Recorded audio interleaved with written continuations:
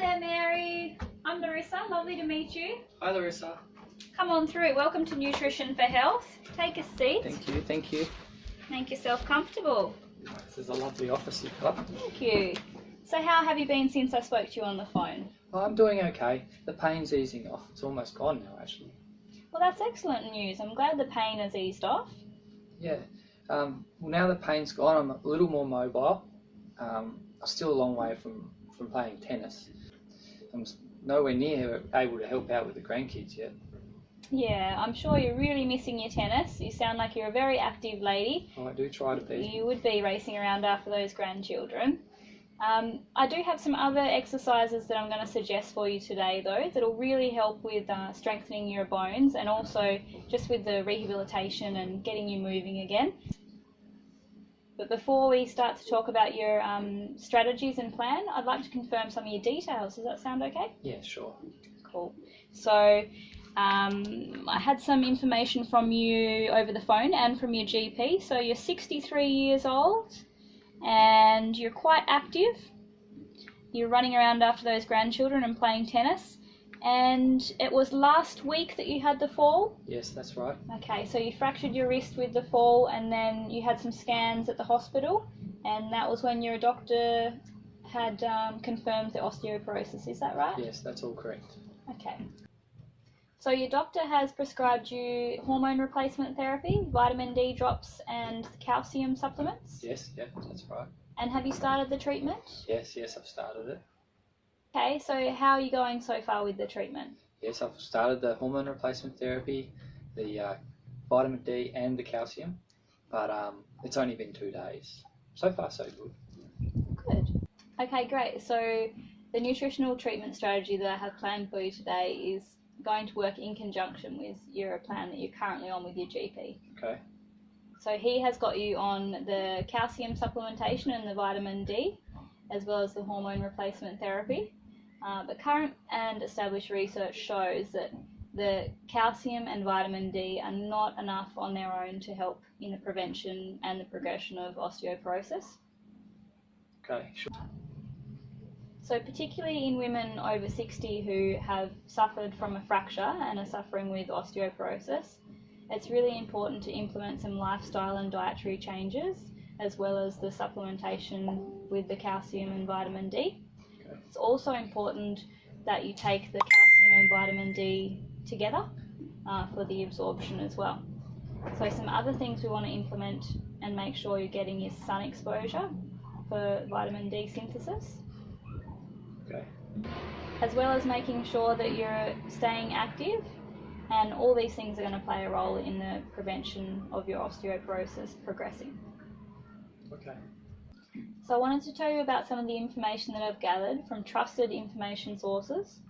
So the information has come from both research data as well as trials that were conducted on postmenopausal women who suffered with osteoporosis. So I've implemented this information into your treatment strategy so that it will be specific for you. Oh, that's excellent. I'm very keen to hear about it. Okay, good. So firstly I want to talk to you about calcium. So most people know, and you probably do, that calcium is very important for bone health. But it's also been shown in research that increasing your dietary intake of calcium reduces the risk of fracture in postmenopausal women who are suffering with osteoporosis. So as you probably know by now, calcium is really important to maintain strong bones. And it's also recommended in the Australian dietary guidelines that Australians specifically include dairy into their diet, or dairy alternatives if you can't have dairy. This is because the calcium in dairy products is a lot more bioavailable than some of the calcium in other calcium-rich foods. So your other foods may be like, say, canned fish or dark leafy greens, almonds, other nuts, legumes, and they're all really good sources of calcium and just wholesome food in general. But unfortunately, the calcium is a lot smaller amount in those foods. So that's where the dairy is a much more readily available source. Okay, cool. That's good to know. What about a serving? We didn't mention anything about servings there. Yes, right. So the daily recommended serving of dairy is 3 serves a day, So a serving is 300 milligrams of calcium. So you might be looking at, say, 1 glass of milk, 250 mils, say like 200-gram tub of yogurt, natural yogurt, and say like 2 slices of cheese, about 40 grams. They're all around a serving. So if you sort of had those 3 things, or those 3 sources in your daily meal plan, then you pretty much guarantee that you're getting your servings there. And for women over 50, so for yourself, the daily recommended intake is 1,300 milligrams. Okay. Yeah, so we want to make sure that in your dietary plan we're getting that calcium intake from food. All right, perfect. So by now I think you're aware of the importance of calcium and bone health, but there are some other important minerals as well that people aren't so common with. So we've got vitamin D, which is essential for the absorption of calcium in the digestive system, and the best way to get that is from sun exposure. And then another very important vitamin that people are a little bit unaware of is vitamin K. So in more recent years, study has shown that vitamin K is really important for the calcium uptake into the bone and to keep that bone mineral density. And it is also protective against heart disease and cancer too. Oh, that is interesting. I didn't know that about vitamin K. Yeah, I'm not sure of the research that you had done, but you did mention to me that you were a bit worried about some of the adverse effects of hormone replacement therapy. Yes, that was one of my concerns. Yeah, so sometimes the adverse effects, and it's not very common, but it has been shown that it can increase the risk of heart disease and breast cancer as well. So the vitamin K could play an important role in your treatment plan at the moment if you are on the hormone replacement therapy, as well as bone health, of course. Okay. So you can see that dietary intake, to make sure that you're getting all those important vitamins and minerals, are really important. Yep. The sun exposure, to make sure you're getting the vitamin D, and as well as exercise too, are all important factors in maintaining your bone health. Well, I can see how I could definitely be vitamin D deficient. I was working inside all my life, but I really have always been pretty good on trying to do as much exercise as possible. Yes, well, you did mention you've been pretty active most of your life, and yeah, you were working indoors as a librarian, so potentially the vitamin D deficiency could be an issue. And you can have your levels tested as well, which might be something we can look into too. With the exercise though, research does show that particularly for small-framed women like yourself, that weight-bearing exercise, a combination of both weight-bearing and resistance training, tend to be the best source of exercise to increase bone mineral density. So the tennis is great, but I think incorporating some weight-bearing exercises as well would be a fantastic idea, and I have actually suggested that in your treatment strategy, so something that we can go over. Okay, excellent. What do you mean by weight-bearing exercise? So by weight-bearing exercises, meaning that you're going to have to be actually lifting some weights, so putting your bones under pressure, basically. Oh, okay. Yeah. Like strength training? Yes, like strength training. And if you're unfamiliar with that, then maybe, and probably actually a very good idea with your wrist at the moment too, to seek the help of a personal trainer just to ease you into it, a bit slowly to start with. Oh, yeah. Oh, my daughter actually sees a personal trainer. Perfect. So maybe you could go along with your daughter to start with, and I can talk to your personal trainer as well in conjunction, and we can work out a plan that way. Let's move on anyway and talk about the treatment plan. So I've designed the plan specifically for you, bearing in mind the concerns you had about being on the hormone replacement therapy, and keeping in mind that I want it to work in conjunction with your treatment plan you're on with the GP as well. So you'll notice I've put some strategies in the plan as well, and I've actually added some links. So there's a link there to some information on the benefits and the risks of hormone replacement therapy to give you a bit more of an idea. And there are some options there of alternatives for ongoing treatment. So that may be something that you want to discuss with your GP a bit down the track. Okay, no problem. I'll look into it. So I think you'll be back on the tennis court in no time, Mary. A bit of personal training with your daughter and you'll be fit and fighting. Oh, that's excellent. As you can see here on your treatment plan, I've written down the 3 main treatment aims and listed them there for you so you can have a read over them. So basically we want to aim for adequate dietary intake of the specific nutrients and vitamins that are needed. Yeah, and so that may be changing a few things in your diet and including some other whole foods. And we want to make sure that we meet those recommended daily intakes of the calcium. So doing that through the 3 sources of dairy might be an easy way to do it. Yep. And we want to try and improve the absorption of the nutrients through digestion and also getting that daily sun exposure of the vitamin D as well. Okay. Okay, so that's aim 1. Aim 2, we want to try and eliminate and decrease any factors that may be interfering with absorption of nutrients. So some of those things that you may have to eliminate that you're doing currently is the tea. So drinking tea, it can interrupt my black tea. Yes, unfortunately, I know it's a bit of a sad one. But hopefully, mix things up a little bit. Maybe try some herbal teas that are decaffeinated. Also, some other things that may interrupt is alcohol. We talked about the foods containing phytates and oxalates. Yes. I have to do a bit more reading on those to get a proper understanding. Yeah, and I'll provide you with some more information on those too. So a lot of it's in food preparation too. So number 3. I see you've got some rhubarb on there. Don't mind a rhubarb pie. I have to take that off the weekly menu. Oh, well, the thing is with those oxalates and phytates is as long as you're not over consuming those foods, it's okay. A little bit isn't going to affect, particularly if you're making sure you're getting enough intake of your calcium and vitamin D and vitamin K. Yeah. Okay, so number 3 is your water intake. So I noticed that you're only getting maybe 2 to 3 glasses a day. So we want to try and up that if we can. So aim maybe for 2 litres to start with, particularly if you're, playing tennis or being physical and sweating a little bit more. It's also going to assist with your elimination system, so getting rid of any toxins, reducing inflammation, helping with general well-being. Better get this cast off soon, go and be on and off the toilet all the time. So how does that all sound to you? Any other questions at all? Yes, I do have one. How do I ensure that I don't overdose on sun exposure, or ensure I get enough even? Yeah, okay, so that's a very good question because there is a little bit of confusion around the sun exposure. A lot of people tend to cover right up and slip, slop, slap to be sun safe, which is a good idea.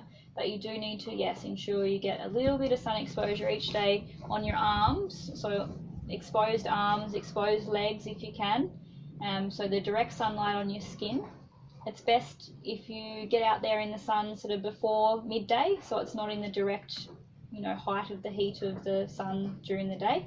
So just a little bit of sun rays sort of in the morning is best, and getting the arms and legs out if you can. Okay, I'll be able to do that when I do my gardening. Yeah, that's a great idea. So you don't want to obviously get sunburnt, but yeah, if you sort of allow your arms and legs to get a little bit of sun exposure when you're out in the garden, and then if you're planning to be out there for a long period of time, then maybe wear some longer sleeves and your hat, or you can apply some sunscreen if you want to. Okay, perfect. Have any more questions about the sun exposure, or you are a little bit unsure?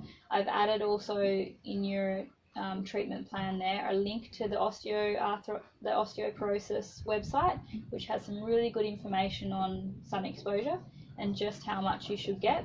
So now if I can, I'd like to go over the daily food plan that I've prepared for you, so we can have a look at it and see if it's suitable for you, if there's anything on there that you do or don't like.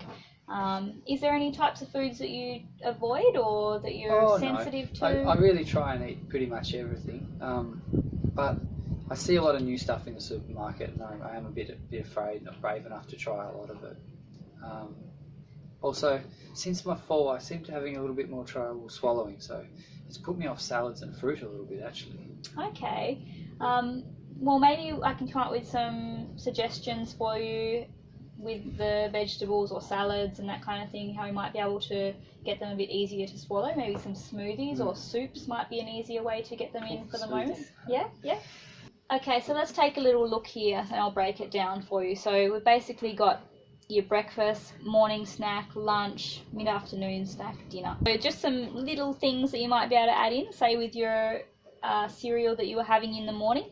So if you look for a muesli that's fortified with calcium and vitamin D, so always read the labels on when you're shopping on your food sources, and just try and look for ones that are a bit higher in calcium. They might have vitamin D in there and the lower sugar as well. That's what fortified means, strong, high, is rich in. So it means that they've incorporated it into the food source. Oh, okay. So they've actually enriched it. So it wouldn't be there naturally, but they've added it too. Yes.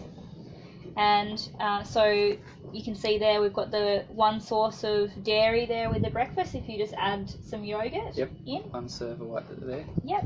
And some blueberries and kiwi fruit or papaya. So a good source of those antioxidants that we were talking about to be protective, especially when you're taking the hormone replacement therapy, anti-inflammatory, and also help with digestion and a bit of fibre. Okay. So maybe the morning snack here that I've suggested, the rice cake with cream cheese and tin sardines, really good source of calcium, but it might be a bit difficult at the moment for you to swallow the rice cake. So see how you go with that, but if it's a bit hard, then maybe we could substitute that for a smoothie. That might be a bit easier, and you could get the milk, so another source of calcium there, and maybe with some fruits, or we could do a green smoothie even if you were being game.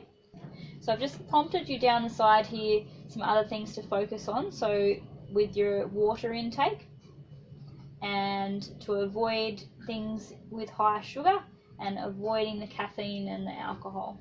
Yep. Yeah. Okay, so how's that all looking for you there? Yeah, I can follow that. Yeah, okay. And obviously if there's any adjustments that need to be made or any other suggestions, then I'm happy to change that and come up with some ideas for you. Yep, no problem, that sounds good. And I can mix and match around a little bit. Of course, yeah. The important thing, I guess, is with your supplements, that you're taking the supplements with food, then the uptake will be better. It'll be more bioavailable, so you'll absorb it, which is what we want. Suggestion, maybe you could add some milk powders to the soups, so you're getting more source of calcium there. So do you like to make soups or have a soup? Soups. You love soup? Excellent. So maybe soups or stews, you can add in some milk powder. So along with your dietary plan here and food pattern, I've also suggested that a couple of supplements that I think would be helpful for you as well. A vitamin K supplement might be beneficial for you to help absorb and maintain the calcium, particularly while on the hormone replacement therapy, as we discussed, as it's protective for cardiovascular and heart disease as well. Okay. So vitamin K and omega-3 fish oils, I think, would be really beneficial supplements for you to be taking in conjunction with the dietary plan and your treatment plan with your GP at the moment. So something that we need to discuss, obviously, with your GP as well. That was what I was going to ask. Is any of this going to affect the treatment with my doctor? It's going to be beneficial for the treatment that your doctor has already given you.